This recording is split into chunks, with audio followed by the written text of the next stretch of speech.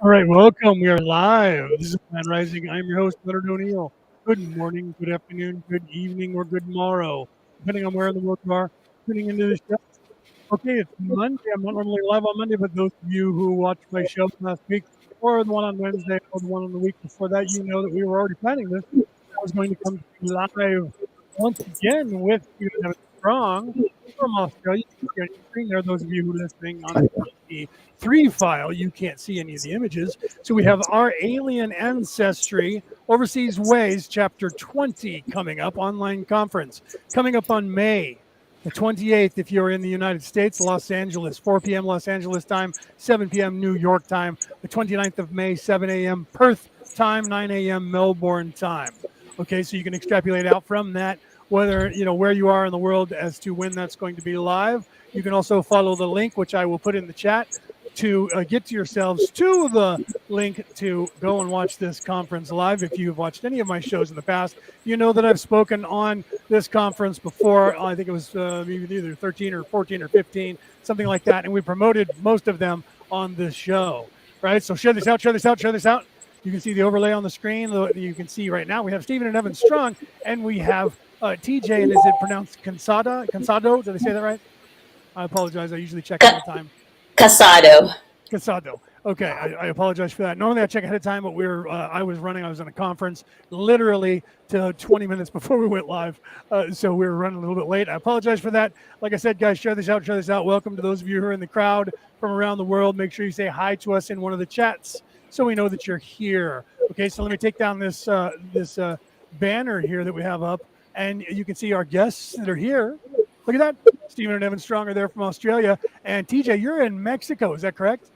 Correct. Yeah, what part of Mexico are you at? The Yucatan. The Yucatan. Nice. Okay. I've never been there, but I've seen images in that whole area, that whole region that makes up Mexico. It's beautiful. Would love to go there one of these days. Hopefully I will be able to. Okay. So I'm going to stop talking because that's you guys are used to hearing me when I do my show, when I'm just the person speaking, right? And you guys all know that when I'm not the person speaking, I'm the guy who shuts up and just listens, right? And with Stephen and Evan are here, I don't have to do much talking because Stephen will get going and I can just listen, and I love that.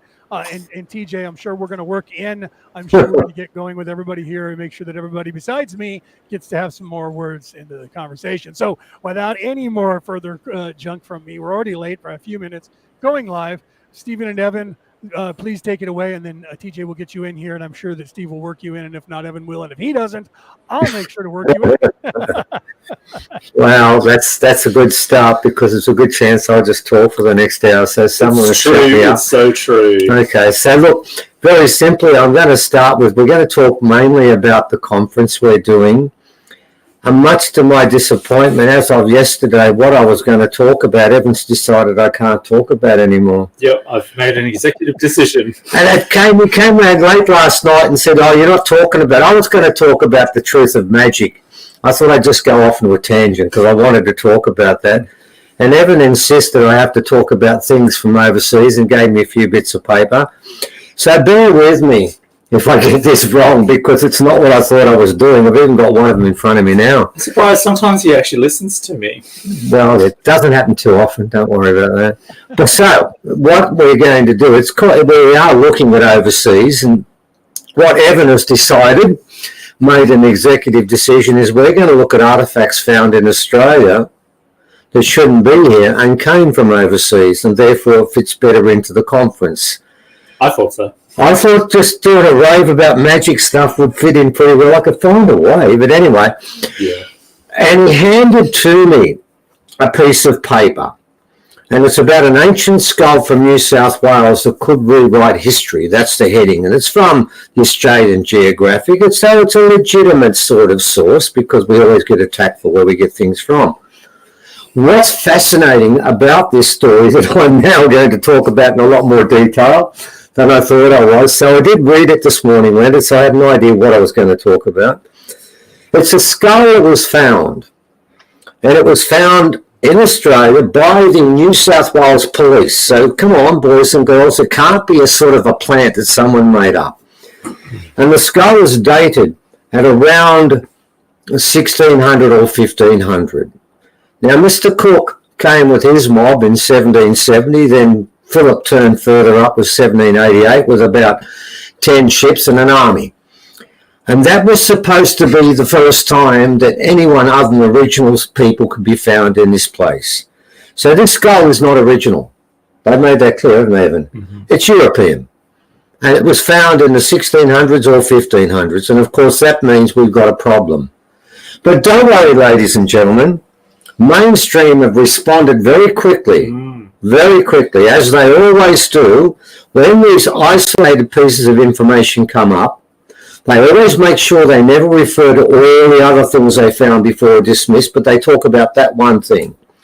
And they've decided, well, yes, the police did find it, and yes, it was washed out during the flood, and we're going to tell you another story about that, aren't we? We are. I've got a couple of those. Yeah.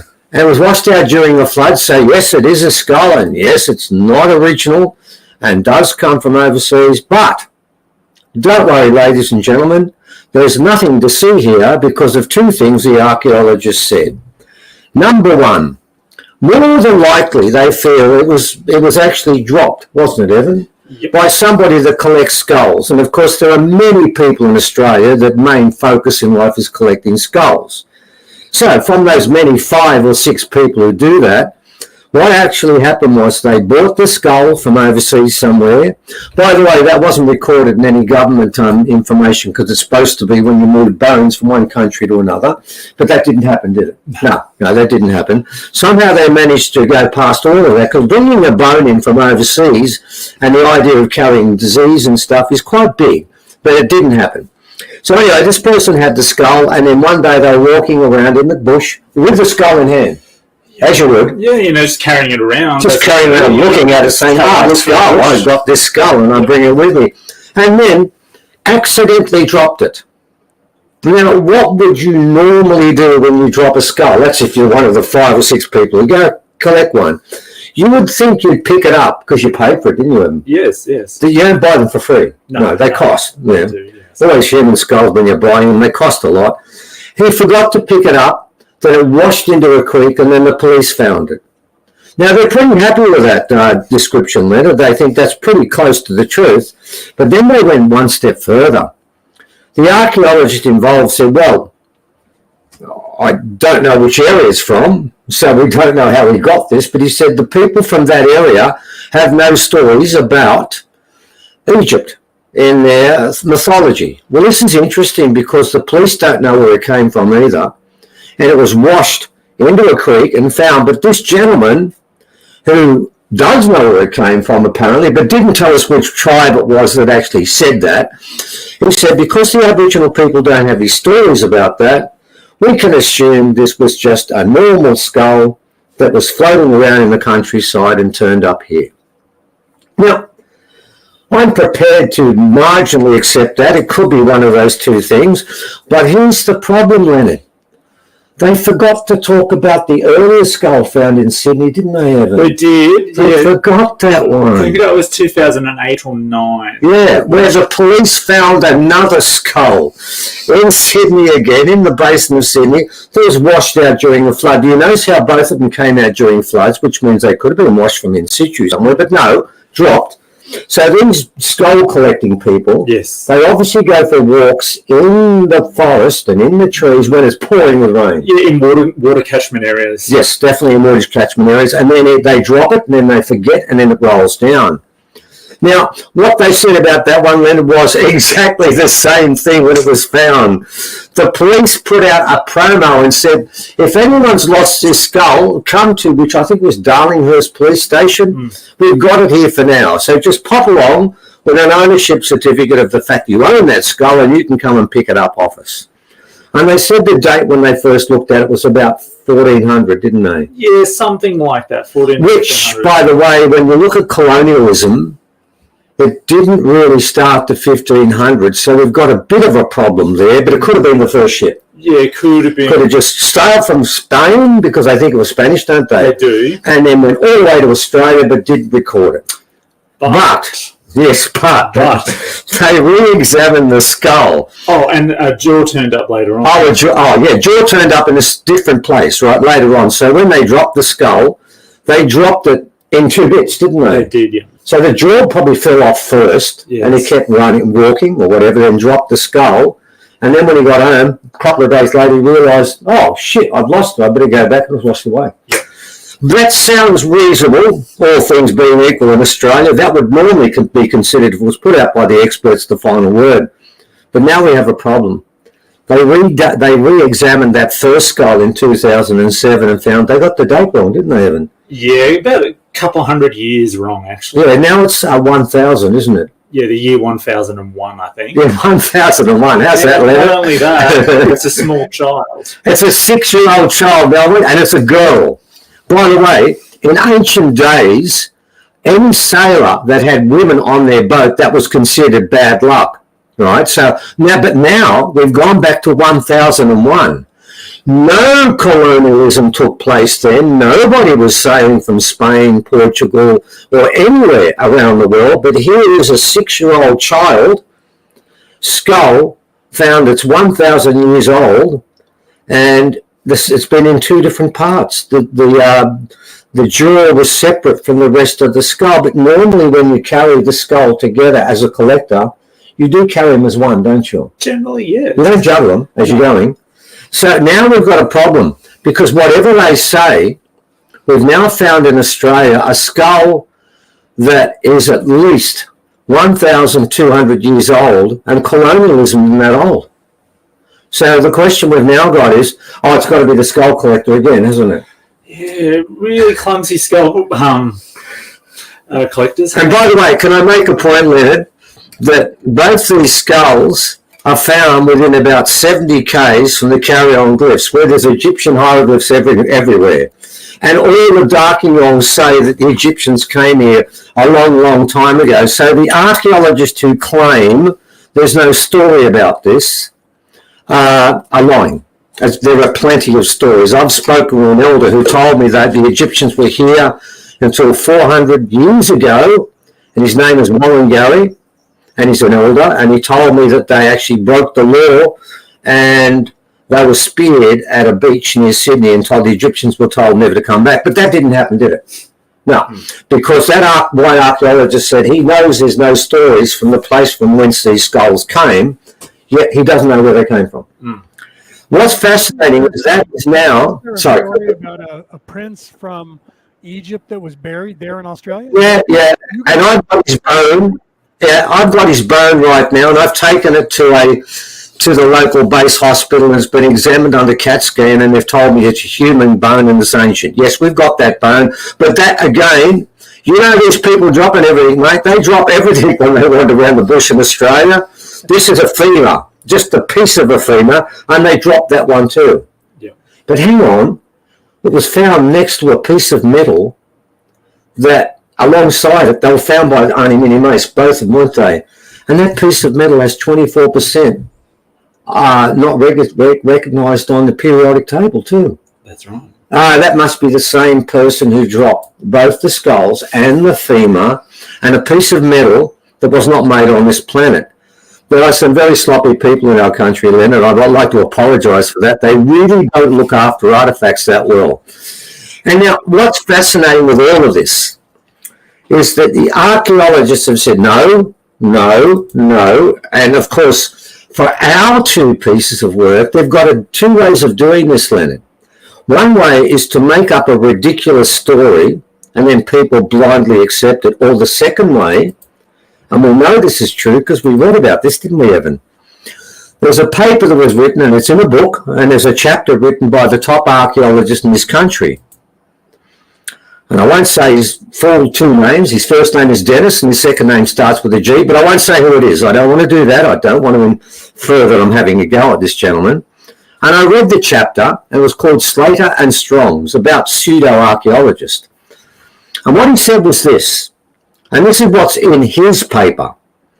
He said that the Australian original people do not trust Australian archaeologists and will tell them anything to make them go away. This is what he says as the top archaeologist here. And then he goes on to say, but the Strongs do have their respect and they share things with them.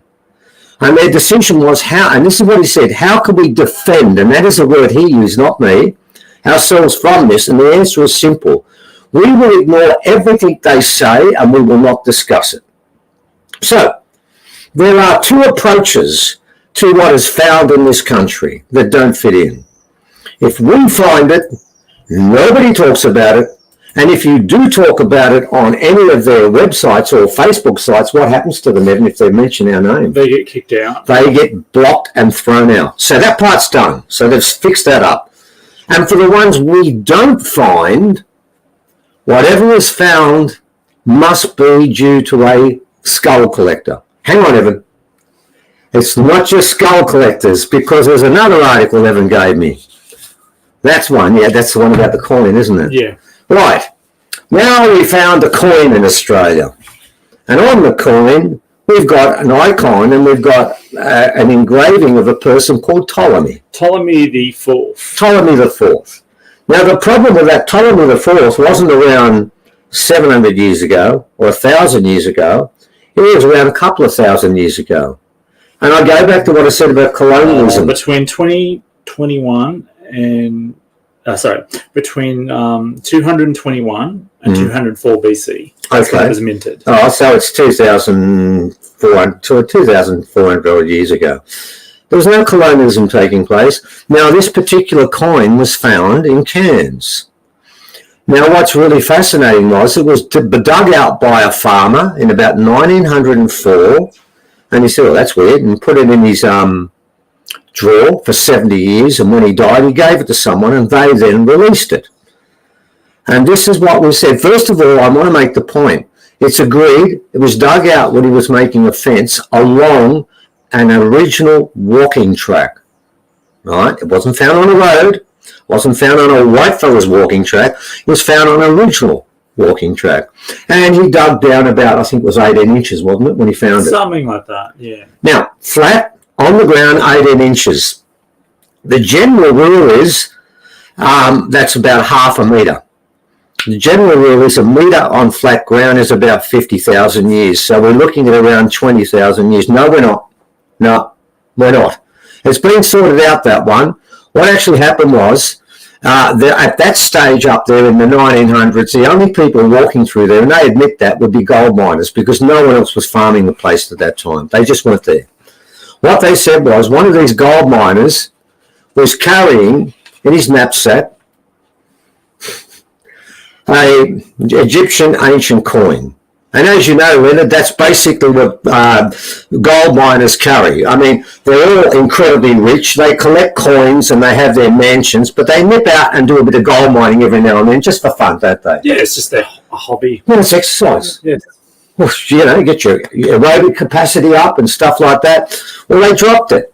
The problem is if they dropped it on the ground 100 years ago, it will be about 4 to 5 inches on the flat surface, not 18 inches. So what they did when they dropped it, they didn't drop it. They threw it, mate. Oh. They threw it, and it was muddy. And they threw it so hard, it went straight down into the mud and went down 18 inches instead of the 3 or 4. That's what actually happened. And that, by the way, has now been accepted as the legitimate excuse for what happens in Australia. Now, what we're now going to do with TJ and Paul and Phoebe, well, not so much me, but Evan, it forced me into it, is we're going to take you through a litany of artefacts found in Australia, and every time I'm going to give you quotes around the official explanations for what took place. And the official explanations are basically, how many different ways can we lie about this until it becomes so ridiculous that even those that are brain dead are going to wake up one day and say, that doesn't make sense anymore. Now, this is normal for Australia, and it's basically what we go through all the time. Now, just in very quickly closing before we go back to TJ, because I'll lead into what TJ is talking about. I figured otherwise TJ won't get to talk, will she? Yeah. So don't worry, TJ, I'm leading in towards you now, because I'm going to talk about something else that was found in Australia that relates to Atlantis. So we're going to get there. Okay, so now we have a pattern in Australia. As you can see, what happened in Australia, people came to Australia over the years, picked up sacred objects from other places, then threw them in the ground or dropped them and walked away. I like to think a lot of people had holes in their pockets, perhaps. I think people need to learn how to walk through the bush. But let's talk about one place where there were 2 artifacts found that are made from metal. Now, I'll make this point, ladies and gentlemen. You have to remember, in Australia, every book, every text, and every expert will tell you there was no metal in this country until Mr. MacArthur came and the First Fleet came and they brought their bayonets and their bullets and their guns. Then metal first came here. 1788 is the year when metal reaches Australia.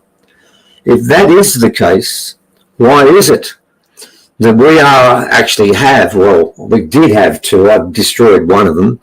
We have 2 rings that were found at Hill End, which is a gold mine in New South Wales at 33 degrees latitude, same as Curryong. Interesting, isn't it, that number? Mm-hmm. And there were found 2 rings.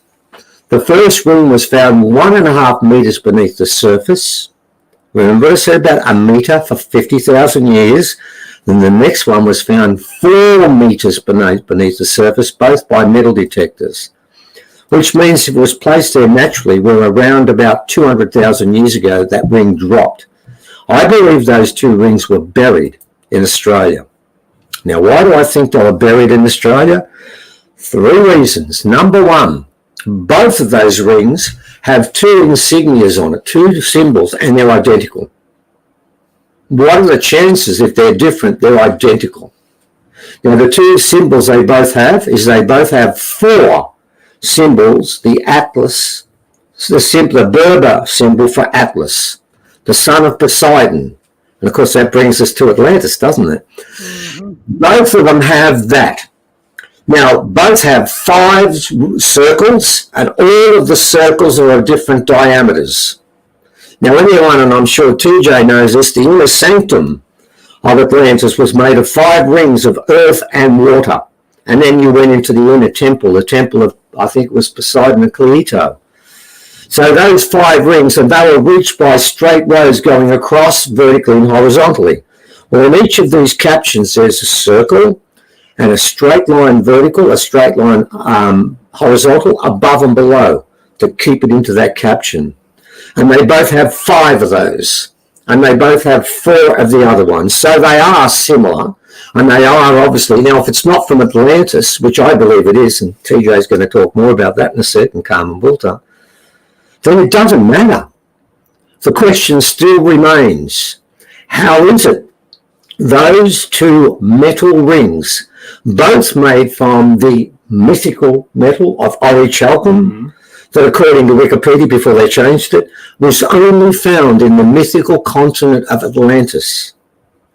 Now, the question we've got there is, we spoke about the fact that we've got a young child here, and we've got a human that come from Europe somewhere. Now we've got some artifacts that come from, and then we've got an artifact that comes from off-world at Carrion, and a bone that's also Egyptian. Now we've gone further. Now we've got rings that come from Atlantis that were buried in Australia. And I mean buried. 4 meters beneath the surface is a big bury. And what's fascinating about the 2 people who found both those rings from Atlantis is the stories of how they found it. Both of these guys started by saying, "You're not going to believe how I found this." I thought to myself, yes, I do. Now, the first guy that found the first ring, which we've since destroyed because we can't talk about the fact that these rings have got magic in them, because he won't let me. He's not letting me do magic this time, so I can't talk about that. We destroyed it anyway, because we had to. Now, what's interesting about both those rings is that they were found at the same place. And the people who found them, the first guy that found it had bought a brand new $10,000 metal detector. And they went to Hill End looking not for ancient rings, but for gold, because it's a gold mining area. And they, being typical Australians, they spent the night before celebrating what they were going to find, and they broke themselves off and got drunk. That's how we normally do things in Australia, particularly for a guy. We drink beer. Anyway, he woke up in the morning with a really bad hangover, and he picked up the metal detector and said, "I'm going to try this thing out," because he'd never turned it on. And he decided to go up a hill where they knew there was no gold, just to make it work, just to get it going. And then he found it. And he dug down a meter and thought, why am I doing this? Because it's on a steep hill. It's on a steep hill. To be a metre and a half down is ridiculous. On the side of the hill, it's got about a 30-degree slope. That takes much longer to build up and accumulate than flat ground. Trust me. So he dug down a metre and a half and found this dirt. And then he rubbed it off and it looked like gold, and he thought he found this ring that was ancient, made of gold, and he thought it was going to be worth millions of dollars. So he took it to an assayer, and on the top of it, I've seen it, says no gold, and it's got copper and zinc and 3 other elements, and he thought, well, that's rubbish, and he sold it to Ross. He didn't know those 3 elements were exactly the same 5 elements that Plato spoke about, and Pliny the Elder spoke about when describing what orichalcum was made from. He didn't know that. He found it that way, and he said, I don't even know why I walked up there. He said, I didn't intend to when I picked it up. I was just going to go around the surf. He said, felt like someone told him to walk up there, so he did. The second person, they found this at Hill End on the side of the road. There was a bulldozer there that was digging out soil, and they dug down 4.5 metres, and right on the top of the tailings there, they found that ring. But what's fascinating is there were 3 other guys that went before this guy, and they both put their metal detector over the whole thing and found nothing. And he did the same thing again and found this ring, which we then got off him. That cost a lot of money, I've got to make the point, but we did that because that ring is just as evil as all rings from Atlantis. Now, my point is this. How could that be if the story is that no one came to Australia until Cook and Philip, and all we have, bones, objects, rings, skulls, are all predating this? It tells me if you want empirical proof in Australia, oh, by the way, I can tell you how they've dealt with the 2 rings in mainstream. Since we found it, what's the rule? Nobody talks about it. So it never gets out. Oh, and Wikipedia slightly modified their page. Oh, yeah, they did. They now say that orichalcum is a real metal. But they don't say it comes from Atlantis, do they? No, they don't put that in anymore, because orichalcum has been found. It was found in a Roman galleon that sank in the 6th century BC near Sicily. And it was in ingot form, and they were making their way to Rome, which meant they were picking the ingots up from somewhere else, and these are the only ones that have ever been found and taken back to Rome to make into coins, which is what they did with it. So, ladies and gentlemen, there's a story about part of Australia, and it relates to Atlantis. So, TJ, here's a good chance for you to shut me up, and you can have a go now and talk about what you're going to talk about. Wait. Make sure you, there you go. Awesome. Can you hear me? Yes. Great. Thanks, Stephen. That was awesome. Yeah, so I'm joining the Our Alien Ancestry conference this weekend. Stephen and Evan had invited me to primarily, share on the topic of overseas ways. A little bit about my background. I'm a field archaeologist. I have to specify field archaeologist because, I'm not one of the academic archaeologists that have to play within the sort of mainstream patriarchal rules of, the common or the popular narrative and the dogma of what we have come to learn about prehistory and our ancient ancestors. So in a way, it's good because I didn't take that path. I worked as an archaeologist for 10 years, primarily before I got married and had kids. And then I kind of had to park that intrepid archaeologist in me for a while, and then kind of began consulting more and doing research work as well as some film work. I was in a documentary together with a team of other intrepid researchers. It's called Ancient Tomorrow. That was back in, it was released in 2012, just an independent documentary. And we were really searching for clues as to, what is really behind these megalithic structures around the world. So many of them are thought to be tombs and temples, However, you know, it doesn't take a genius or a quantum physicist even to look a little bit deeper and see that there's much more going on. And in fact, what we're finding is it's through the, I guess, those who are more inclined to look into the metaphysical, look into New Age, what they call, you know, from the New Age movement, or those who are inclined to look into ancient mysteries, that can really see that there was something else going on. And I was brought on to this documentary to be the archaeologist in the team. So this is the documentary Ancient Tomorrow. Anyway, one of the places we visited was Lake Titicaca in Tiwanaku. And just real quick, like from the research I had to do in order to get us there, I actually stumbled upon just so many anomalies, so many things that didn't quite fit into the regular narrative of the ancient cultures from both Latin America and Mesoamerica and North America. And I was really intrigued, and it actually, you know, it helped me meet a lot of experts who, I guess they were relegated to fringe and pseudoscience, but they were indeed experts and independent researchers and investigators on these topics. And that's actually how I stumbled upon meeting Stephen and Evan, because I did grow up in Australia. And so I was also very interested in the Australian original people and the cultures from there. And yeah, one of the experts I actually worked with, mostly after we had already wrapped up for the documentary, but nevertheless, I was really captivated by her, was Dr. Carmen Bolter. And so for this weekend's conference, I'm actually going to be speaking about my work with her. I considered her a mentor. May she rest in peace. Unfortunately, this year she passed away suddenly. So I will definitely be, you know, honoring her memory and her life's work. You might have heard of her through the documentary, The Pyramid Code. She's the executive producer and creator, writer, researcher behind that fantastic documentary series.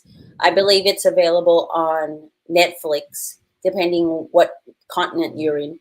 But it was really fascinating when I started looking into her work, and I reached out to her. I actually interviewed her in 2012, which was awesome. It was actually around December 21st, 2012.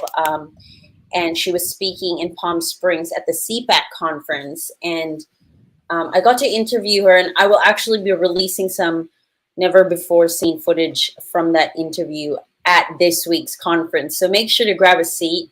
Make sure to visit the link and grab your seat, reserve your seat for that, because you'll definitely, I mean, she's passed away now, unfortunately. And, you know, I've never shared this interview with anyone. And just, it's really a deeper look into how she tackled this topic of what is forbidden in archaeology and in the mainstream discussion and the mainstream narrative, specifically about ancient Egypt. And it's really significant because that is what we have now encountered through the work of Stephen and Evan, and what they've found, or what they are investigating in Carryong, these ancient hieroglyphics that have appeared in New South Wales, in Australia. So, I mean, they haven't just appeared, but they've been there for a long time, as we know. Even the oral tradition refer to them. So, so it's really important that we look at her view and perspective, because she takes off that Western lens of how ancient Egypt is viewed and really puts on a different lens. In fact, to me, it comes from more of the feminine intelligence, which is pretty much what ancient Egypt was about, especially pre-dynastic Egypt. And in the Pyramid Code, she really unpacks that, and even has a Giza wisdom keeper on there who speaks a lot about it. Now, I'm also going to talk about, unfortunately, she wasn't able to complete her next body of work. I'm not sure where it's at with her team, but it's called The New Atlantis. When we were working together, I was helping her in the pre-production of that and in the research of that.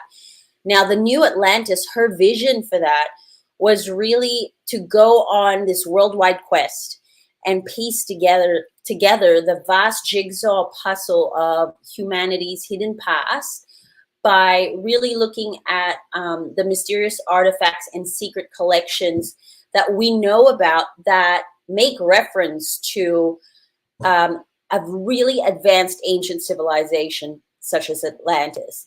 And it's really fantastic. And she's got in the team, she was going to speak with Klaus. She was going to work with Klaus Donna, with Michael Tellinger, another gentleman by the name of Dr. Perlighieri, whom she actually accesses the Vatican secret archives with. I'm not sure if you guys are familiar with the Vatican Secret Library. It's not so secret anymore. I think in 2019, they went on record to say, yes, that's there, and this is how vast it is. And yeah, pretty much it's not for everybody. But, you know, what's new? You always have these secret clubs and secret societies that only allow initiates, high-level, initiates or people, very important people, to access them, and not everybody else. So, you know, what was in there, she was going to help give a sneak peek into what was in there that was actually referring to Atlantis, and that includes ancient maps and old records. So it would have been such a fascinating piece of work. My hope is that I'll be able to help her complete this. I mean, obviously, it would be her posthumous work. I'm in talks with. I'm still searching for the rest of her team because we lost contact. She moved from Canada to Spain, and then during the pandemic, we made contact a few times and then lost contact. And unfortunately, I just found out that she had passed away. So it's really, really sad. But my aim during this weekend's conference is really just to, for those who don't know her, for those who do know her, definitely, honor her memory and also bring that into the wider research that is happening here with the Forgotten Origin crew and Our Alien Ancestry, the mission of the guys there, Stephen and Evan. So yeah, so that's what I'm going to be talking about. And I really can't wait. I hope I see you guys there.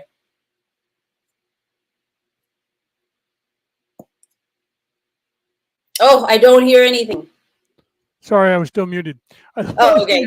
I love that you're bringing up the part of first Stephen was talking about Atlantis, and then talking about the knowledge that the Vatican, it's not so secret anymore, but it is secret because we only certain people get to see that or know about it. And there's so many people that like us, they call the fringe on the outsides. And we know about this stuff, but we don't get to be privy to it. But the truth is, I think that people, like Stephen and Evan and yourself, and all these people that are doing this research and talking about this stuff, to Stephen's point about them dropping things and breaking them and oops, and denying the existence of all this stuff just plays into the whole elongated skulls, the information that we know is the true history of the human race. And it's just like when everybody got all excited in this last couple of weeks because the American government decided to start talking about what they call UAPs now, because that's different than a UFO, like left Twix and right Twix, or a custodian and a janitor, completely different professions, right? And so I tend to agree with Steve's he was being pithy, but I agree with that they're so, they think they're so brilliant in their denial. And I don't know who they're trying to fool, children, because they're the only ones that are fooled by it these days. Maybe back 20, 30, 50, 100 years ago, people weren't as educated or as awake.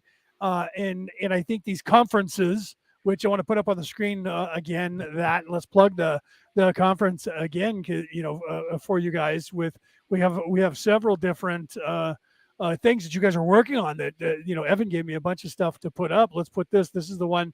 I got the right one. This is the one that's coming up because I have like 4 here because we have a couple in June I'm going to put up as well as time goes on when we're talking here today. And I want to read this again for those of you who are listening on the MP3 file and not the MP4 file, so you guys don't have the visuals. Our alien ancestry. This is what TJ was just talking about and Stephen was talking about earlier. Our alien ancestry, overseas ways, chapter 20. So, and some of you, if you're fans, you guys know that these conferences have been going on for a long time. So, these are the speakers you can see on the screen. We're going to have Stephen and Evan, of course. I can't say weeks, I'm not a part of it, but Stephen and Evan, they're going to have. And then, of course, you have Leah Capitelli being there. And I don't know if I haven't asked, so I don't know if she's going to be new channeling, but she's, I'm sure, going to be hosting. And of course, yourself, the TJ, you're going to be there. And then Phil, Paul and Phoebe, they're going to be there. And if you guys have watched any of their conferences, you've seen Paul and Phoebe, so you know who they are. And again, that's the 28th of May here if you're in the United States, in LA, 28th of May at 4 p.m., New York time, 7 p.m., 29th of May if you're in Australia, Perth time, 7 a.m., 9 a.m., Melbourne time. Let's take that down again. So I wanted to put that up there and give a plug because that's what we're here for. And you guys are getting a little bit of a tidbit from Steve for what he's going to talk about. And of course, Evan assisting with everything he does. He assists with everything, including all the research and technical and everything that goes into that. And he doesn't get enough notoriety and doesn't speak enough. But then again, if Stephen were my father, I wouldn't be able to talk either, right? The man can talk. And TJ, of course, let's continue and maybe unleash Stephen again for a little bit because people love to listen to him talk. I love to listen to him talk. However, I want to say that I haven't met you before, TJ. So welcome, and I should have said that at the beginning, but I was trying to get right into because we're already a little bit late. So I was trying to get that going. For those of you out there who are fans who don't know who these people are, look this up. Most of you, I think, in my audience already know this stuff. Some of you I know personally, and we work together, and you guys already know who these people are. And some of you I know are fans of theirs that are here. So I know that most of the people that are out there that I can see in the audience, those of you who haven't said hello, I don't know you're here. Until you guys say hello, we know you're here only by numbers. I can see how many people per second is on there, and that and I don't know for sure who you all are. So if you guys want to know, say hello to us, and then we'll know. Like Jill, right? Jill's out there. She said hello. Peter said hello. Denise said hello. Even Omar said hello. He's in the audience. There's a lot of people out there that have said hello and started talking. If you guys have any questions too, now might be the time to try and throw them. But I would suggest that you guys go to this conference because you'll get far more details at the conference, and most of your questions will more than likely be answered there. Am I right with that, Stephen? You guys? Yeah, you are, definitely. And I'd like to sort of add to what TJ said and give this a bit of a complexion that maybe people haven't picked up. It sounds like it's historical, but this is the beauty of this. It's not. What we're talking about is something that's really part of our future, not our past, and it was stolen from us and it's going to come back. And what Evan's going to do, if you don't mind, Evan, I'm going to get Evan, not me, but I'm going to get Evan to read from the Blue Kachina prophecy from the Hopi. Because I want to make the point, we talk about old ways and we use that word all the time. Right. We're not the only ones who've used that. The Hopi actually make it a prerequisite because all of these conferences, the 20 we did, 7 before the Uluru ceremony that took place, and all the ones that followed are all based around this prophecy. And I've got to make the point, the last one of our conferences is on in December. We're going to stop that format after that because after that we feel it's finished. But for now, Evan, would you mind reading one paragraph there because there's a mistake in that paragraph. I want to talk about that. The Hopi acknowledge at the end of this prophecy, they change it slightly, don't they? Yeah. But I think it's really important that Evan reads exactly why it is we're looking at old ways, not in Australia, but the rest of the world. And our leaders in this respect are the Hopi from America. What did they say, mate? Those who return to the ways given to us in the original teachings and live in a natural way of life will not be touched by the coming of the purifier. They will survive and build the new world. Only in the ancient teachings will the ability to understand that these messages will be found upon every living thing, even within our bodies, even within a drop of blood. All life forms will receive the messages from the twins, those that fly, the plants, even the rabbit. The appearance of the twins begins a period of 7 years. It will be our final opportunity to change our ways. Everything we experience is all a matter of choice. Now, one proviso to that is further on in the prophecy, they change that 7 years to 18 months, don't they, Evan? It's around here somewhere. Yeah, they change it. Yeah. And they decide that time from when the brothers came, which was about 18 months ago now. Here we go. We no longer see it in the sky. It would be signed that we have very little time left, perhaps 18 months or less before the purifier returns. Right. The purifier we filmed, it's on our website, and we filmed the two brothers in the sky, like they've said. So what this is about, to an extent, when we go back and look at the past, we look at Atlantis, we look at Lemuria, we look at all the truths that took place, we look what the Egyptians really did, and we realise this is one of many, many civilizations that have fallen before. I think they call it the four bowls. There's been 4 civilizations before this one. What's important is if you don't understand old way, the Hopis say it time after time, they call it the old teachings. If you don't understand it, if you don't make the effort, you will not be welcome.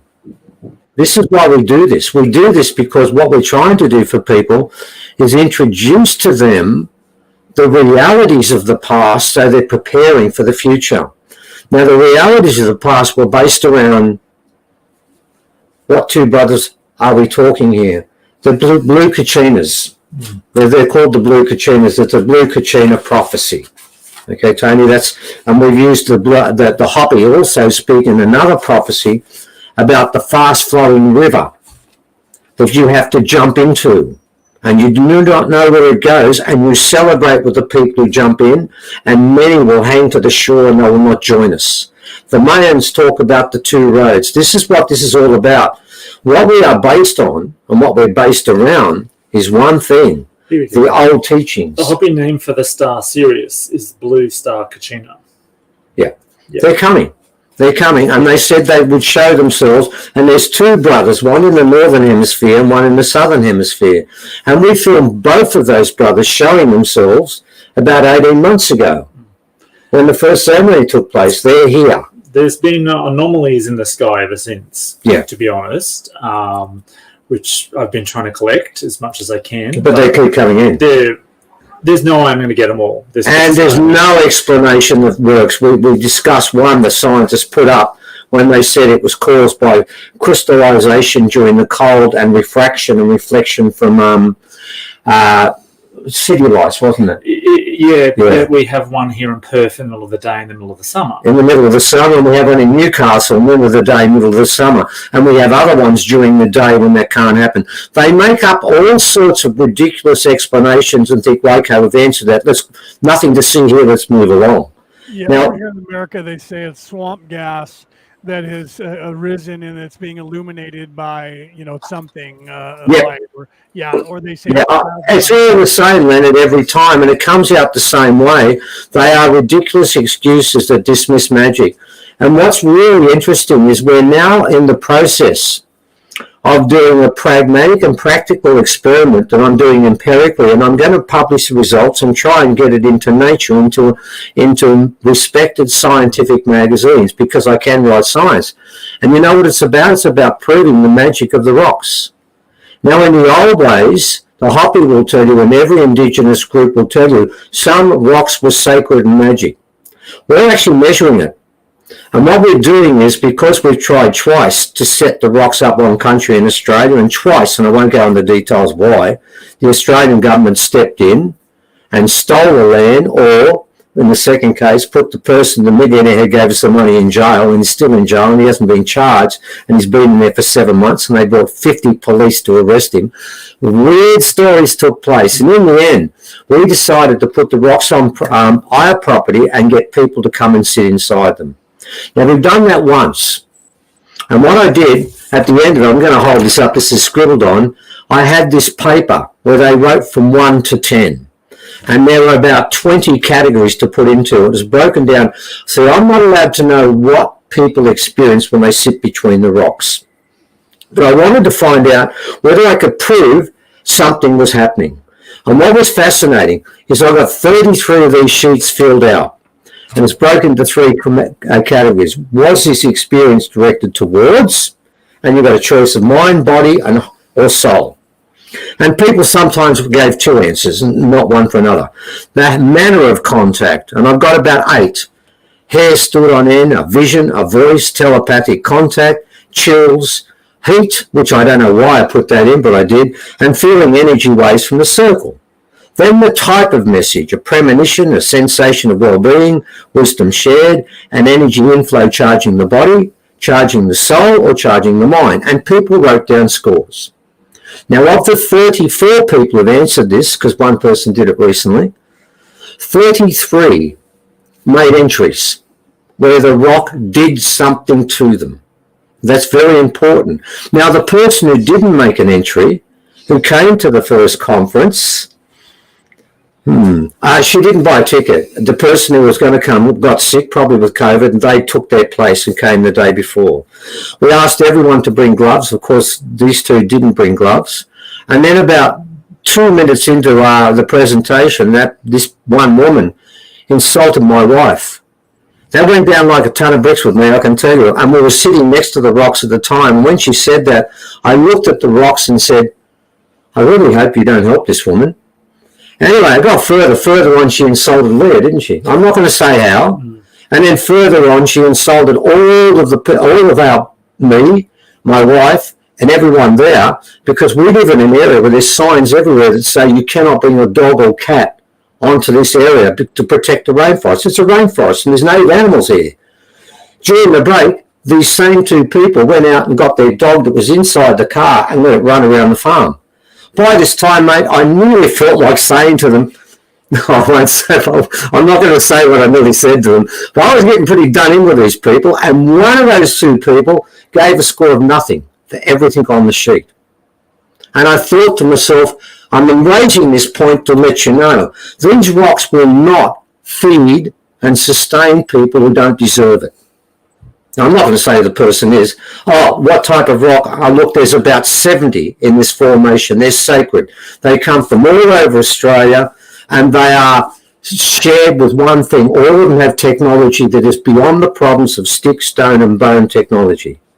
So we've got hundreds of rocks. Sometimes we know are 10, 15,000 years old that have amazing cuts that you can't use with anything other than a tungsten tip or a laser. The technology shown on these rocks is beyond what we have today. And everyone knows that. The Australian Museum went and looked at these once. And yeah, there's another story with that. We really went to court on that one.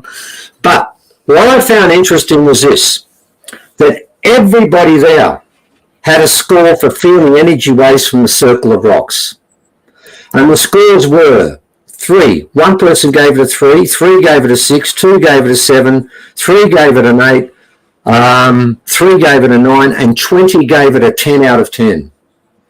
So what every person there is saying is they felt something come from the rocks. Now, that's not possible. Science will say that couldn't happen. When it comes to where it was directed, I had 28 that said it was the soul, 26 said the body, 26 said the mind out of 33. Now, what's really interesting is for all of this, and there were so many 10s it wasn't funny, but after, like there's, after the feeling energy waves from the circle, the next highest score for manner of contact wasn't a vision, it wasn't a voice. Mind you, 9 people out of 33 gave it a 10 for a vision. 8 people out of 33 said they heard a voice at 10, and others gave them different scores.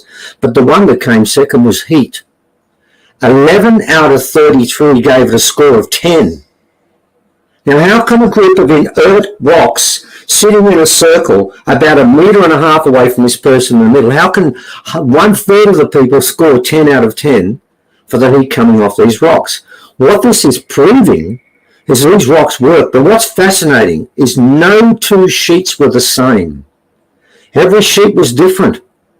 And the lady who came recently was sent by an elder, and we did a special healing for her. I didn't know, and she told us later, The pain in her back was so bad the day before, she told the partner, I can't live with this much longer. I'm going to have to have something to do with it. The whole of her life, she's been in agony. And when she came, I didn't realise to begin with, then I saw her walking towards me, she could barely walk. Now, she laid down, not sat, because she can't sit on the cushions inside there. She had to lay down. She's that chronic. And she told us when she laid there, she could feel something coming into the side of her body. I'm not making this up because this is what she told me, because I didn't get through her message. I got to find out how it happened. And then there was a clunk in her spine.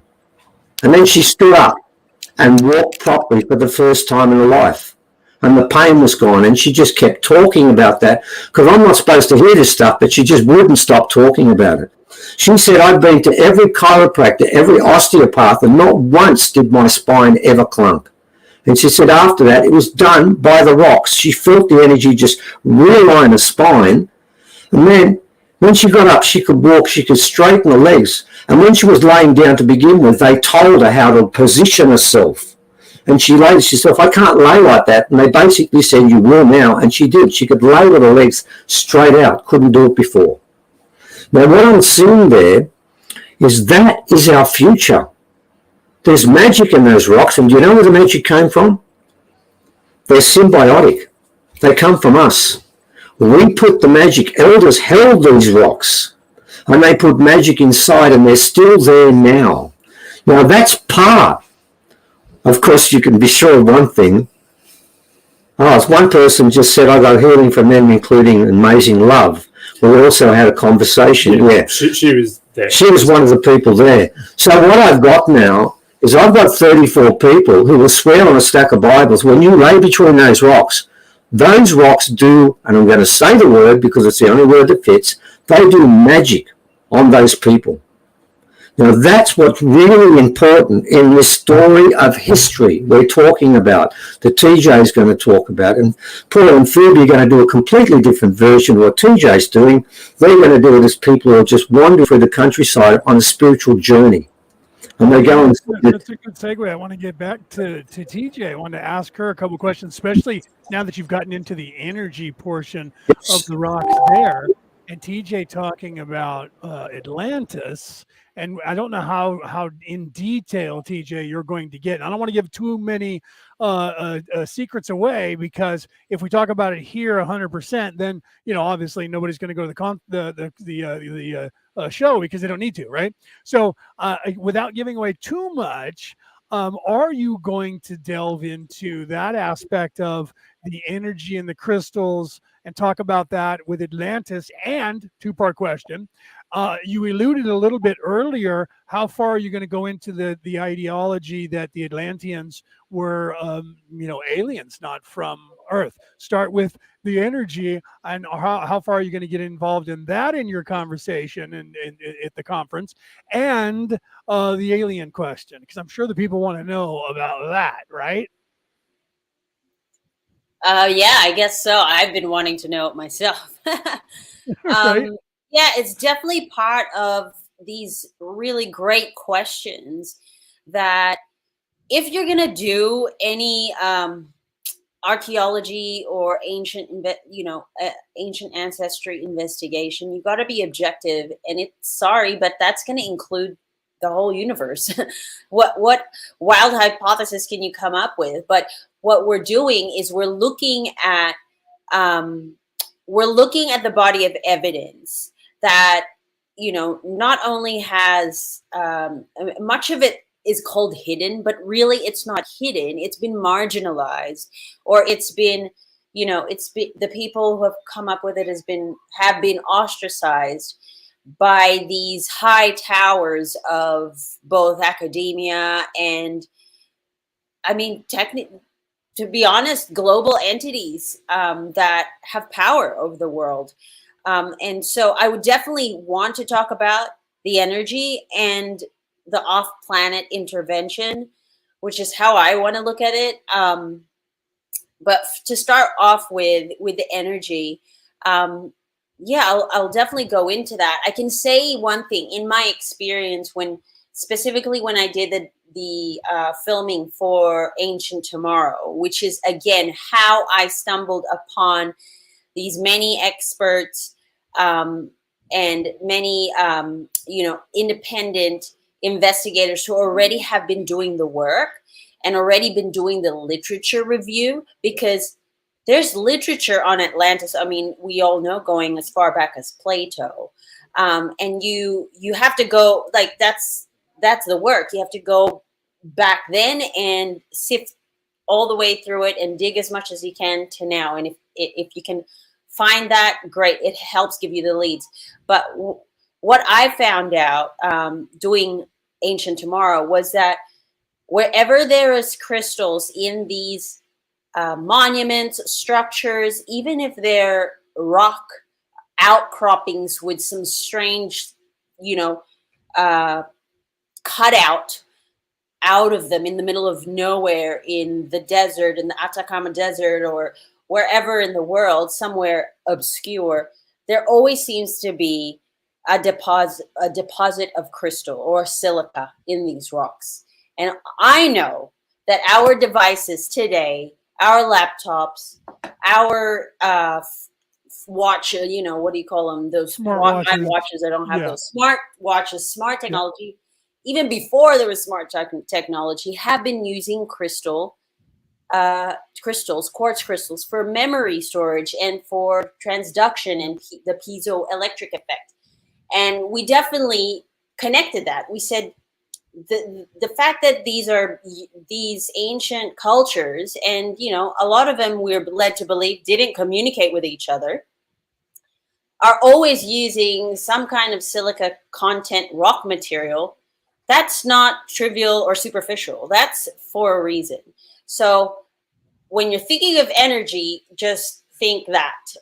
Definitely there's something there. And I mean, we were very minimally funded with the documentary. So really, we could have done more. Like, we would have loved to do more if we had the funding.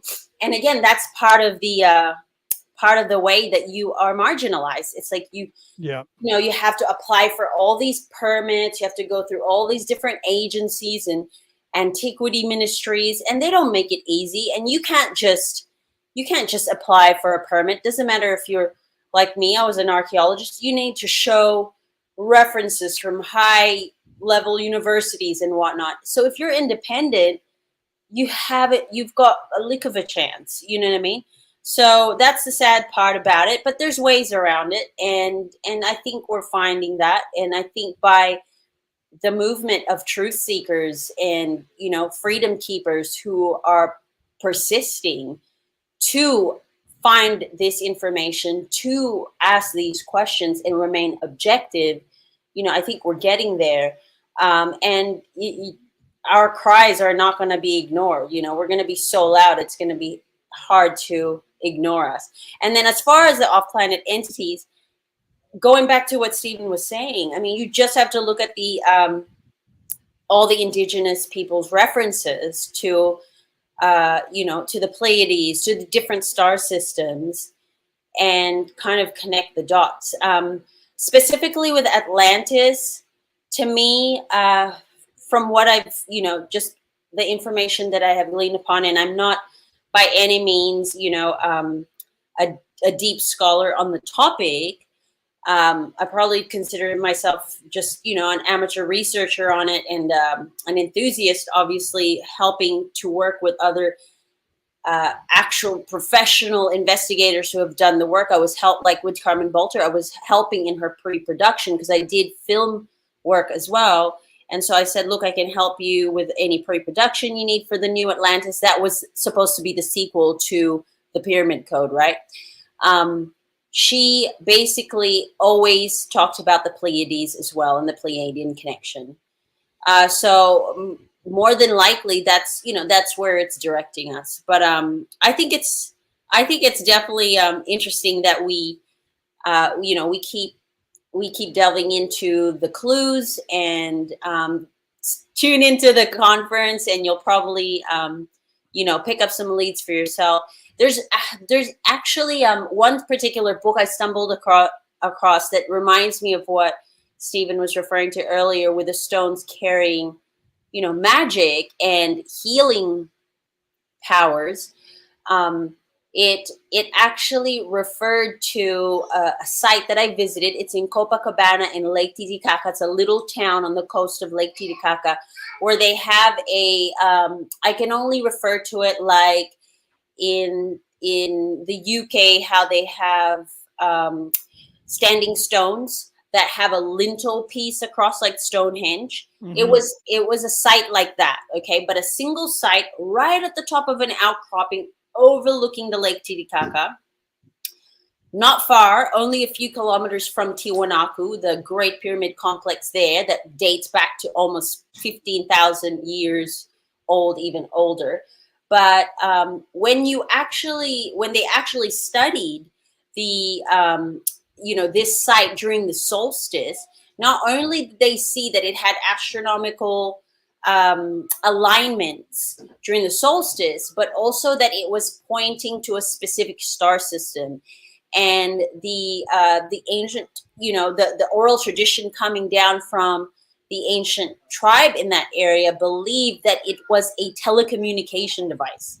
Now, unfortunately, the research on them and the ethnography was quite limited, but they literally referred to it as an ancient telecommunication device. And it was pointing at this star system. I can't remember the star system. It wasn't Pleiades, but it was somewhere in that vicinity.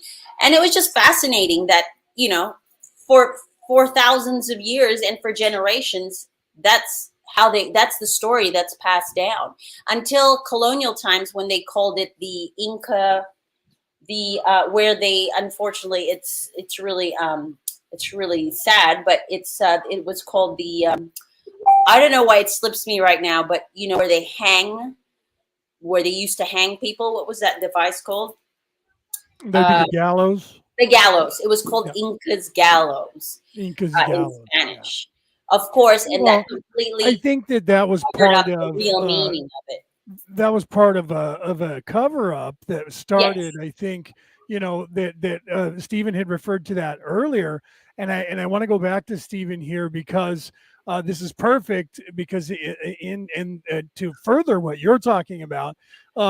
He had mentioned, and you had mentioned the Hopi here in the United States. I lived in Arizona for years, and I was right close to only a few hundred miles away from the Four Corners, which I was actually on Apache land. But north of me was the Hopi and the Anasazi, which make up that area of the original people in the area of the United States, where they had all of this, the Hopi Rock legend and the original stories that Stephen referred to earlier, and I think of this time period, this ancient time period, or these ancient time periods with these ancient peoples, the original peoples across the world, across the globe.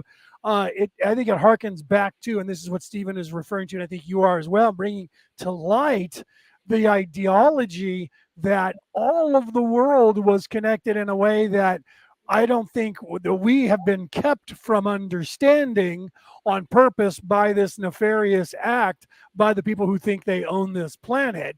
And I think that the information has still been secret. And I know this, that it was still secreted away and kept away from modern day because of these academics, like what Stephen was referring to that happens in Australia and us, here in the United States with all that swamp gas or plasma. So I want to go back to Stephen here and get your opinion, Stephen, because I know that you agree with me in that the original people kept this information on purpose because they knew they couldn't just tell everyone, because there was a concerted effort by all of the academics, still is, to eradicate this memory, this knowledge of magic and power that is in this and on this planet, that is not brought here by aliens, that is in fact part of our nature, correct? Exactly right, Leonard. It's very important. We have a rock with a dreaming story that Kano told us, when they came to begin with. We got a whipper just out the front here. When they came to begin with, they actually could not land. We fought against the Pleiadians when they came, and our magic was stronger than their technology. And it's worth bearing in mind, Leah's discussed in some detail the fact that Atlanteans did come to Australia, to Lemuria, then they were banned. And they told everyone, don't go there. And our understanding was that the Lemurians used their magic and banished them, and that their magic was so powerful, no one would go near them. And that is the fundamental part of this story, ladies and gentlemen. You've got to remember, in the English and French aristocracy, they had people like Merlin and Nostradamus advising them. And I'll tell you now, if they weren't legit, they would have bloody killed them. That was what they did in those times, mate. You didn't fulfill a purpose, man. You're not getting fed. You're gone. That was real. It was still real then. And there's been a concerted effort for a long period of time to hide from humanity what it was that drew the aliens here. This is what people don't understand. We always have this conception of the ones who believe in aliens, as you should, of them being on a pedestal and us being on the bottom rung. But the dreaming story Kano told me was about the fact that we withheld their entry because we had something there that they came for. And I have asked Mesrith more than once, what is this special thing we have? And he won't answer me, will he? No. He keeps being bloody cryptic every time I ask him. And he admits that even Mesrith is from the highest order of all the aliens and sits on that high council. Says there are things about humans they admire and want to emulate. So I think this is what's been hidden from us. And when you take the love and magic out of something, and then you sit people and you give them a daily diet of reality shows and lies, eventually those people become conditioned. I should know. I was a school teacher. From the tape, I see kids come in 5 with their souls shining through their eyes. When they leave, when they're 17 and 18, I can tell you now, there ain't no shine anymore. It's gone. And that's the whole purpose of the system we have. So the theft of magic and the theft of our contact with magic was the greatest travesty that took place on this planet. And what it did is people talking about dumbing you down. Well, when you lose your magic, everything else falls apart with it. And when you start believing the scientists who tell you their stories of what takes place, and when you know all we've dealt with, and the whole time we've done this, has been a group, a concerted group from the highest level to block anything that is true. And it's honestly, I mean, from our point of view, we were lucky. We got to see Kano do things. I mean, I could write a book. In fact, on our next, I think, time we do a presentation with a workshop, we've got one of Kano's relations who's just going to speak for 25 minutes on what you would call miracles. And this is the point I want to make. Kano was asked once about one of the miracles, which was a disappearing one we've mentioned many times. He said it's something that every human on this planet is capable of doing, but you forgot. And that's what this is all about. Yep. It's forgotten origins. It's forgotten everything. It was stolen from us, and then we forgot it. But the point is, you can't steal something from within our head. You have to agree to that. And to an extent, many people have signed up and agreed to it. And that is why the Hopis say we have to go back to the old teachings, because the old teachings were the truth. And remember this, ladies and gentlemen, we were talking earlier about one civilization around the world. Read the Bible and read the story about Babylon and read the story about the Tower of Babel when everyone spoke one language. Now, if you're all speaking one language, this means you're in communication with everyone because we're sharing the same language. When everyone speaks one language, where do the lies come from? I mean, if we were telepathic, that was the first language. Lies couldn't come. When you speak one language, you can start lying. It begins the process, and then we stop speaking one language. That's in the Bible. If everyone's speaking one language, it's one civilization. It's one way of doing things, and we were doing it with nature, with the earth, and what was the major thing we carried with us? That wand, that magic wand that gave us a connection to magic. And while we had that magic, we understood science much better than we do now because we could see things they can't see anymore. And you see truths with magic that are hidden the new way. And this is why they keep going back. And they actually call it the old teachings, and we call it the old way. It's the same thing. Yeah. This is what this is all about. And that's why the ones we do in America and the rest of the world, we do it often because I want to make this clear. That ceremony 2 years ago was not an original ceremony. They did theirs first when they closed down the rock for 2 days. Then it was a global ceremony. And that's what people have got to understand. And that's why if we don't keep that global theme going, we're not doing this whole story justice. And I must make the point, when it comes to prophecies, we've got prophecies from all over the world, but we rely on the great keepers of the prophecies, who are the Hopi. They are the ones of all the indigenous people on the planet were given that specific role. And you go through their history books, and that is the only history book left on this planet that is real, that is true.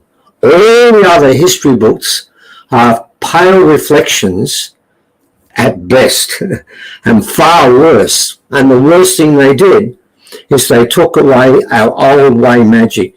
And that's the beginning of everything. But the good part of the story is, Leonard, that as we speak, we'll all know, anyone that's taken any notice, the Schumann resonance from that 2 years ago to now, if you compared the chart before that ceremony over the last 2 years, for the 50 years, whenever we measured it before, all we would say is, my God, what is going on with this planet?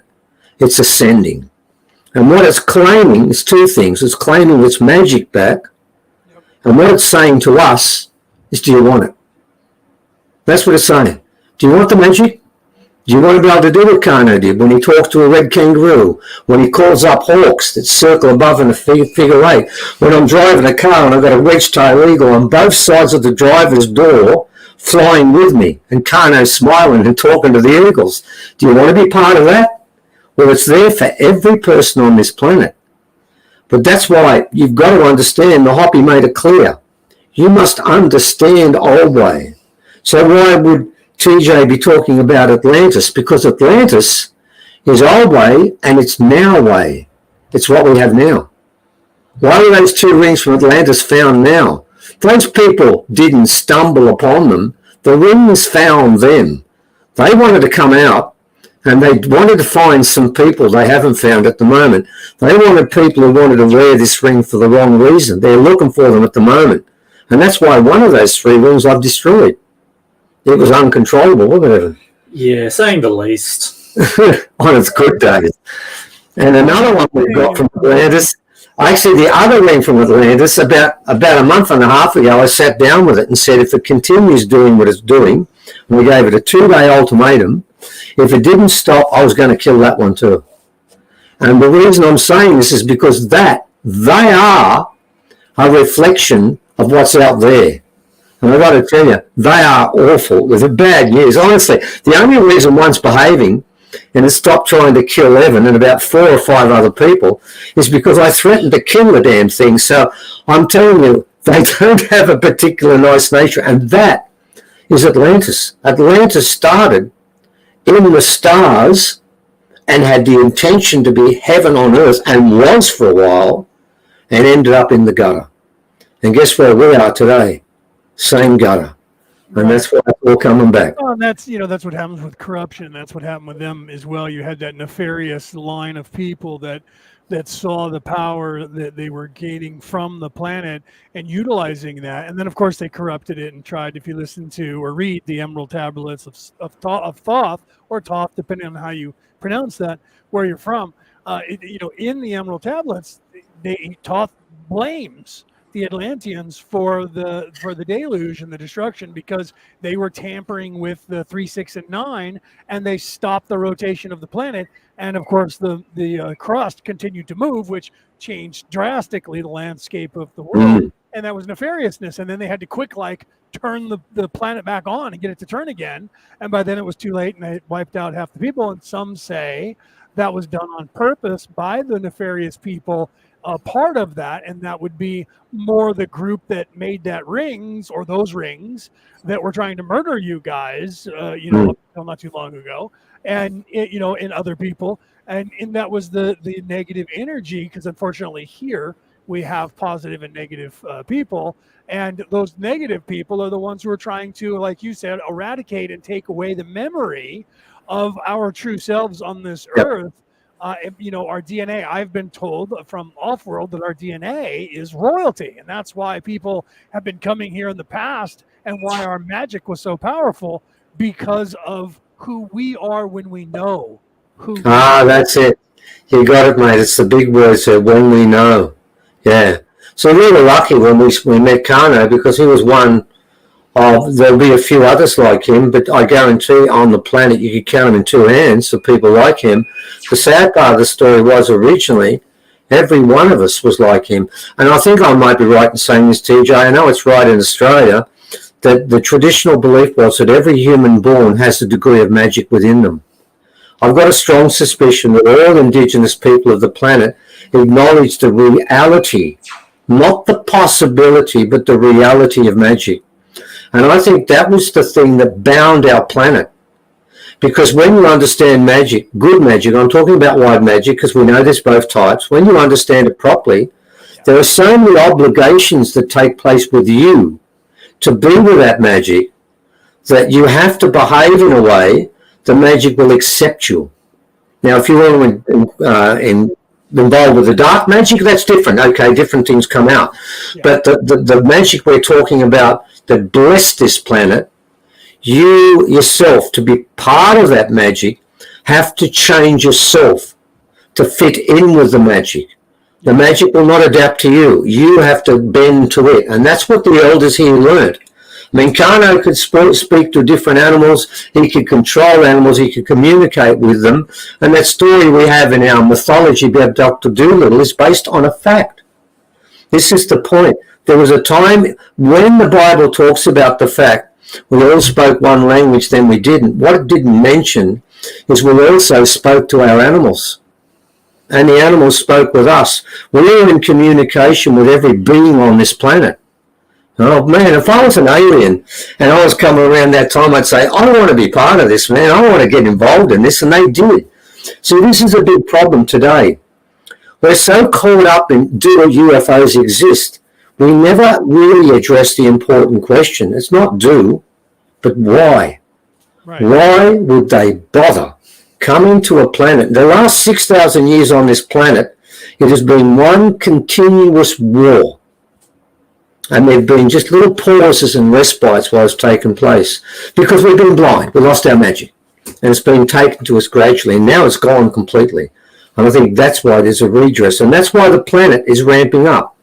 Because it's building up both its energy and its magic. And when it's finished, when it finally hits that final level where the Schumann resonance will never drop back and will always stay off the chart, then if we're ready, if our soul is ready for this is what these 3 years are about. It's us trying to get ready and adapting to this change. And a lot of people can't. And you can see it in them. This has brought out the best and worst in all of us. And the best part is that the line in the sand is the third of the three solstices that will occur.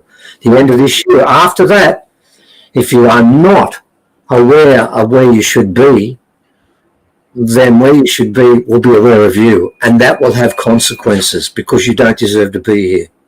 Right. See, that's perfect for the question that Denise posed. Will it get better when more and more people become awake and believe? I pray so. Yes. And that's the whole purpose of this 3-year activation that's what it's for. To. With this human resonance. And I see TJ's over here shaking her head. Yes, she also agrees. And will I'd like to get her opinion entered into this. She's been very quiet for the last few minutes while we were talking. And so, you know, she's in agreement. And I believe, and I know that that's why, and this is what Stephen was saying, why this 3-year activation, not only the time before now, but now specifically because, I mean, think about this, guys. When was the last time we had a full moon that was not a supermoon?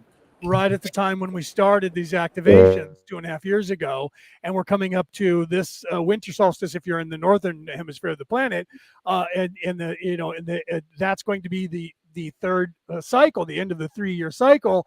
And this is what Stephen is referring to, that if you don't know where you belong then, because you have a choice to make here, then you're going to be having problems. So TJ, I'd like to get your opinion on that, because I see you shaking your head. Yes, so you agree. with this, and we didn't cover that when we were talking about Atlantis because I was kind of going down that whole alien thing. So let's get more into the spiritual aspect without giving away too much, because you guys need to tune in coming up on the 28th if you're in America, the 29th if you're in Australia, to this conference so that you can hear more and more about this. But TJ, I'd love to get a little bit of tidbit from you on this whole thing that Stephen was just referring to. Yeah, thank you so much. I agree for sure, Leonard. In my research and during the time, especially that I was speaking to a lot of the experts for my documentary and the research leading up to it, as well as the work I was doing with Dr. Bolter, I really started to get the picture of a lost spiritual technology. And just to give you a snapshot, it kind of, from what I gleaned, it kind of starts when the feminine intelligence was forced to, but also upon the permission, given her permission herself, and I'm talking about the goddess, went underground. So she didn't just become, covered up and expunged at the hands of a dark priesthood, but she gave permission to go underground. And if you look at the Vedic traditions and texts, you will see in the timeline, this time is meant to be a time of conflict, warfare, sin. That's the Kali theme. Yuga. Yeah, Kali Yuga. But and it's the ending. Vikings referred to it as Ragnarok.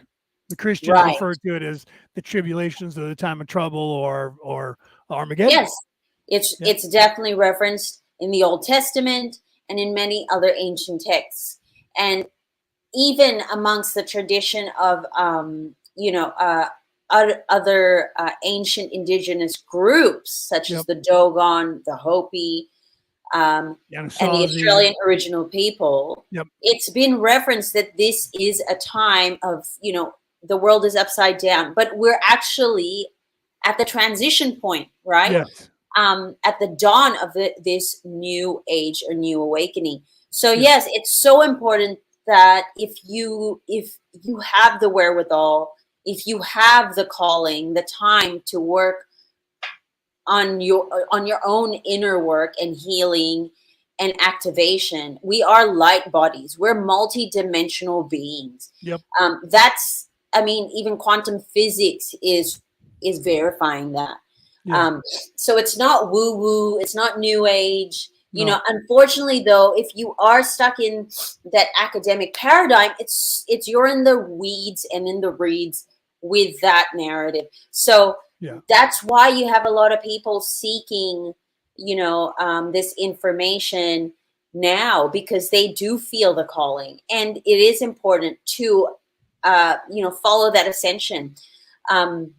In fact, if you're looking at, I was raised Catholic. I was born in the Philippines with Spanish and Filipino parents, so very Catholic on both sides. And one of the things I'll never forget that so resonated with me since this, pandemic is the gift of the Holy Spirit that is discussed as the gift of that was given to the disciples of Jesus. That is called the gift of discernment. And what is discernment? It is so key right now. It's really knowing the difference of the truth and what appears to be true. Because we are confronted with what appears to be true, and we're bombarded with so much toxicity that that if you are not paying attention, if you are not, connected enough, activated enough, whatever it might be, you're not going to pick up on it. And unfortunately, with so much stresses in the world, people are just trying to get by. Yes, they are distracted, whether it's sports, celebrity worship, their jobs, their bills, trying to survive, being sick, being in disease. It's so hard to navigate this right now. But spiritually speaking, it is a seed within everyone. So the Yeah. blueprint for that awakening, the blueprint for that activation is within everyone. And you see that in these ancient cultures. That's why they had these mystery schools, and that they made time for people who wanted to be initiated and learn these mysteries. They could do that. And in the process, activate these senses that to us is completely like, it's not part of our everyday sensory toolkit. Like the ancient wisdom Giza keeper Hakim in the Pyramid Code that Dr. Bolter features speaks about, Yep. that we had 360 senses. It includes teleportation, bilocation, telepathic senses, levitation, who knows what else, because as light bodies as well as physical flesh, we actually exist and can exist and have powers which can appear as magical in beyond the 3D realm. And you see this, and what I was going to quickly go back to is just a quick snapshot. This information was known. This information was probably mainstream in Atlantis, in the Atlantean tradition. It was mainstream. And then because of what happened, the calamity that made it disappear and go underground, what you had was, this is how actually Carmen explained it. And she used a tool of archaeology that's very fringe, what some people may call it in science, but she used psychic archaeology. She became very psychic in the process of the work she was doing. And she used psychic archaeology and remote viewing and worked with others like that saw that there were groups of evacuation groups that left Atlantis, and their job, certain groups were tasked to carry that knowledge, and wherever they may land when the waters receded, that's either where they were supposed to keep the knowledge and find a way to keep it going. And this is where it went from the hands of, to me, the way I picture it, it kind of went underground into an even darker set of hands, to where what we have now is the secret societies of today have this information, and they keep it for themselves, and they are the elites who are in the power, power thrones right now of the world. But it's coming out more, more and more people are waking up to it, and they see they're not just 1% with a lot of money and power. They actually carry this hidden knowledge that goes way back. And who knows how they've interpreted it. Obviously, you definitely have it gets really twisted in some of these secret society cults where it's super insidious and nefarious. And that's a sad thing about it. It was never meant to be like that. It kind of fell in those hands. But I guess that's breaking apart. It's a shadow that is definitely getting light illuminated. Well, the way I was explained is exactly what you're saying. To further that, at the time, like going back even prior to the Atlanteans coming here, and Stephen was referring to that, where we had the powers to repel people who were nefarious, and our powers of the original people, which is us in the past, were greater than their technology. And once they got down here with this group from Atlantis, there was people that were trying to help and further and investigate, but there was also that nefarious group of people. And from what I was told, what happened was that this group of people, part of them left, like you said, and they purposely created the deluge to kill everybody off.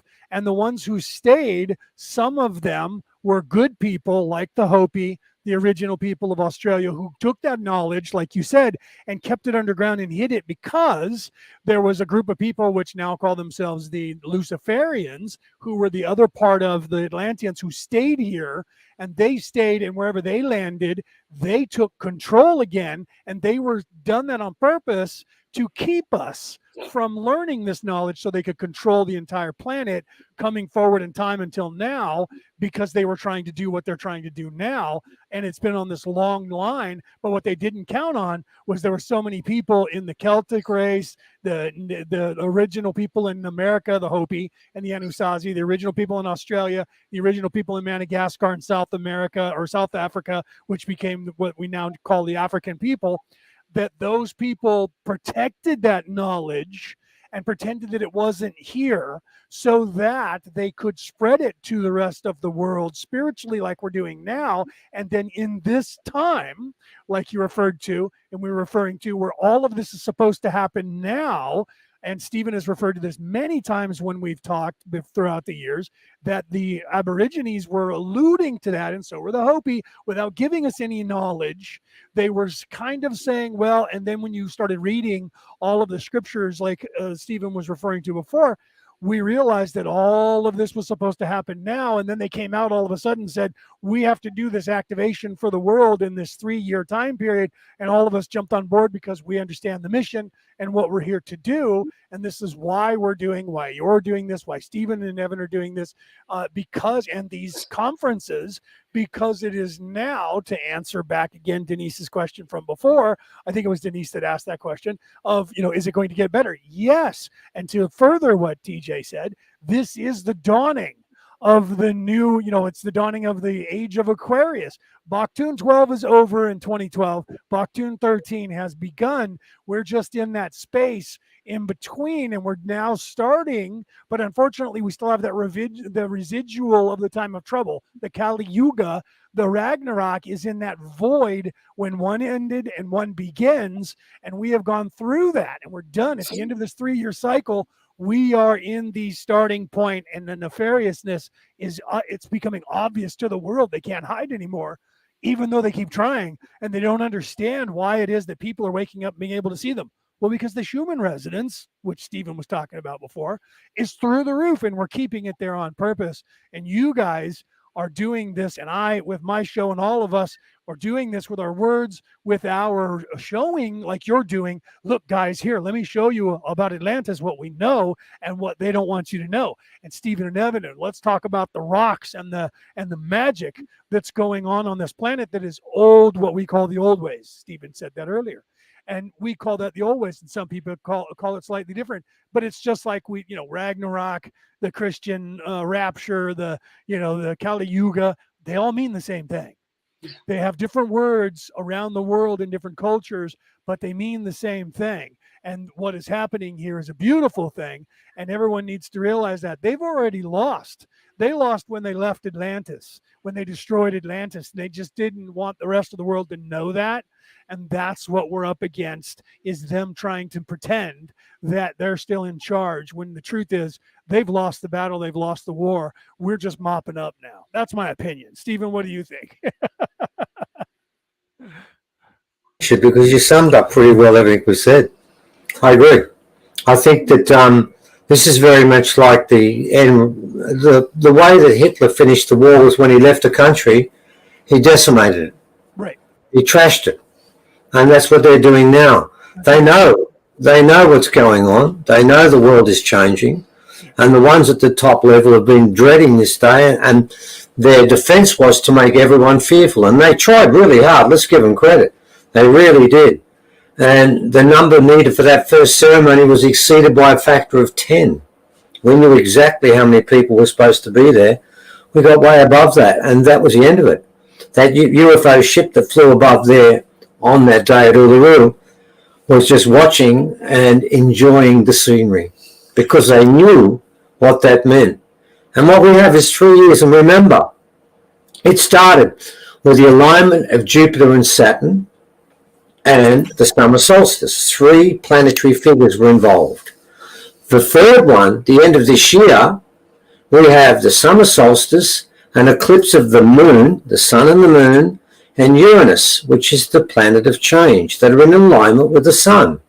So, however you look at it, it tells me that's the end of it. And yes, there will be another ceremony. We are going to do one. We're not sure whether we're doing it on the farm or at Uluru. I think it's possible at Uluru, but we've got to confirm on that. We'll find out soon enough. But we certainly will be doing our third ceremony. And trying to cover it as best we can. Well, I don't know where we're going to be when we do it. It could be near the rock anyway. But yeah, we are, because we believe that's the end of it. I'm not saying that the day after that the world will be different. Right. Don't know. Right. I don't know what happens past that point. You Yeah, need to make that choice. Yeah. yeah, that's the last day for making a choice. I can say that in Corinthians, and we can quote the Hoppy. The Hoppy say they're like a puff of smoke. The smoke is there. You look away when you come back, they're gone. In Corinthians, which is in the Bible again, the line before "Blessed are the meek, for they shall inherit the earth," the line before tells you how it happens, and no one ever puts that in. In the line before it talks about they that have got the place at the moment, the wrong ones, shall be there, you will look away, and when you look back, they will be gone. Now, I don't know how it works, okay? We don't know. But I do know one thing. I know the first ceremony worked. I know that worked because we've got so much proof. We've put it up on our website. Yeah. And I do know that all of the artifacts we've got have made it clear. They've told us this is where this came from. The same rocks that healed that person who limped in as a cripple and said they were about to end their life and walked away smiling, the same rocks have told us that that third ceremony, and we didn't know at the time there was a lunar eclipse or Uranus, did we? No. No. We were told the third ceremony was the line in the sand where people have to commit themselves to the old way or take the new way. But I'd like to close with this. If you decide to take the new way, think about what you've adopted. Right. Panic, fear, warfare. There's a new virus that's coming out every day. Apparently, we just got an announcement today about we've got to look out for not monkeypox, and they're talking about a vaccine for that. They're now talking about Japanese encephalitis has taken over. Every day now, there's bad news, and that's the road. That's the road you're choosing. And I can tell you something about that road. As we get closer, you look how much more bad news will be in that road. We just found out yesterday, Biden just said that if Taiwan gets invaded, we're in there. And I'm thinking, what they're saying to people is they're making people fearful. Yeah, they're making people fearful. They're making them scared of staying alive, of the person walking down the street might hurt you. They may be a terrorist. They may be a mad person. They may be carrying a disease. Who knows? And that is the way of mysteriousness is fear. They have no creation within them whatsoever because they don't believe in the light, and because they're far away from that. Therefore, their heart chakra doesn't work and they can't create. Therefore, they can only control and destroy. Okay, so I have Kathy Mason said you guys are going to be on a show tomorrow called Consciousness Business Zone. Is that correct? Yeah, we've already recorded that. Yes. Yeah. Okay, so I don't know what time that's going to air, but I wanted to make sure that because she put that up there, I wanted to make sure that you guys, people that you're listening to this show now or watching this show, you guys can tune in. Do you know what time that's going to air tomorrow? No. I kind of put you on the spot. I checked in the chat before I said it to you. So I apologize. Look for that, guys. We'll figure it out. We'll throw it back into the chat. So check the chat after the show. We'll see if we have that in there. But if you don't know, if you know who that is, right? It's Kathy Mason. Mason Works Marketing, and the show is Conscious Business Zone. And they're going to have a pre-recorded a show that it sounds like you guys are going to be on tomorrow. That's right. Guess that's over here in America tomorrow or tomorrow in Australia. Either way, tomorrow. The world that you are tuning into the show, right? It depends on whether you're in the future or the past. I'm in California, so there's only Hawaii that's further in the past than I am from everybody else, right? So TJ and I are back here in on the West Coast. I don't know if you're in the same time zone that I'm in. I believe you are. You might be an hour ahead of me, if that. So I'm an hour ahead, I think. Yeah. Yeah. See, so I'm even further behind than you are in the past, right? So everything happens to us last. Yeah. Right? All right. I wanted to add something real quick. No, go ahead, please do. And in fact, please tell them where they can find you, because most everybody, I think, knows where to find Stephen and Evan that are listening to my fans, because I've had them on the show several times. But you're new here, so please also let people know where they can find you and your information as well. Oh yeah, sure. I am still working on an official site because I kind of had to go underground for a bit being a mom, and it just slipped away from me. But I'm on Instagram, tj.templeandterrain. That's a brand that I am building because my focus in my work right now is really, especially since I became a mom, and awakening, to the lies of the world and having those conscious shifts, is really focusing on ancient healing wisdom. and that's mind, body, and spirit, and combining it with, you know, new modern health solutions. I think this is a way forward, especially because part of this awakening and stepping into this dawn of this new age is really what I was going to add was the key, you know, the ankh, let's call it, to awakening, activating, and doing your best before that window, let's say, closes, is to tap back into the sacred feminine, which is what they not only, you know, went underground, but they are doing everything they can to make sure you do not ever realize your power of that. And that has nothing to do with feminism, by the way. It is, if anything, humanism, because it's the balance of both the sacred and feminine, sorry, the sacred masculine and the sacred feminine, the divine, you know, feminine traits and masculine traits, that intrinsic intelligence within whatever, whether you're born male or female, that we have. But the feminine intelligence deliberately has been expunged, marginalized, and covered up as much as possible. And this is what connects us back to nature, to, you know, spirit, to, you know, connecting with our, even our animals, and plants, and just the earth. But on top of that, it's not that linear way of thinking. It's cyclical, it's circular, which is what time is. It's not linear. I know we like to talk about timelines, but really we're going through cycles of time and going back into it. And that's a key. And you can, I feel like you can fast track yourself if you're able to tap into that as much as possible, especially women, because they actually are the most, they have been the most susceptible to the dumbing down. You know, we have to endure even that generational trauma of thousands of generations. For example, the witch hunts, and women making sure their children, their daughters, don't tap into their intuition, because you'll get killed, you'll get hung, you know, you'll be burned at the stake. Yeah, the witch's hammer. That was the book Yeah, that told and then people how I to think this is stifle women who were outspoken. I think that women absolutely. are more intuitive and more in tune, and have been grounded to the earth far more than men. And I think the reason for that, for us, is that us being the warrior, hunter gatherer, we had to compartmentalize, and we lost our spirituality a lot quicker. And women were more in tune, and always have been, because of your nurturing goddess nature.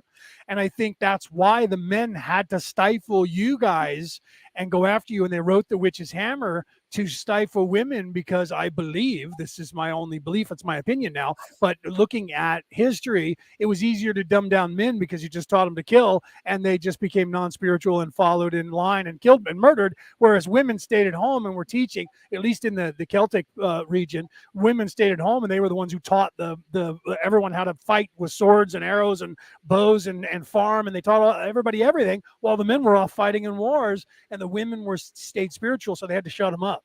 And that's Yeah, why they've done this completely after women, to dumb you guys down, to get you as stupid as us.